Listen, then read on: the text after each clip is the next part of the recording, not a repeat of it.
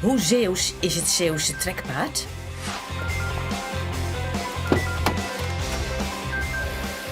Hup, de auto in. Op weg naar de deskundige.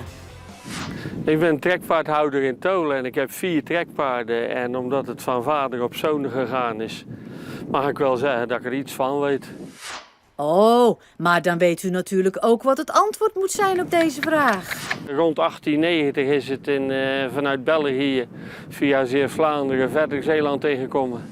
Het feit dat hij dus in Zeeland woont en leeft en dat hij omwille van de werkzaamheden, dat daar ook het lichaam zich een klein beetje naar ontwikkelt.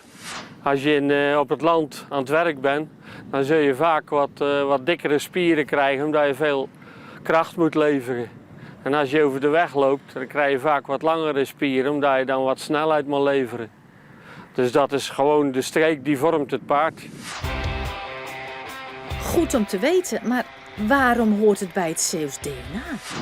Omdat dit bij de streek hoort. Zeeland is een provincie daar van oudsher veel boerderijen zijn en land bewerkt wordt om voedsel te produceren. Daarom hoort dit bij Zeeland. Fijn, weer een stukje Zeeuws DNA ontrafeld.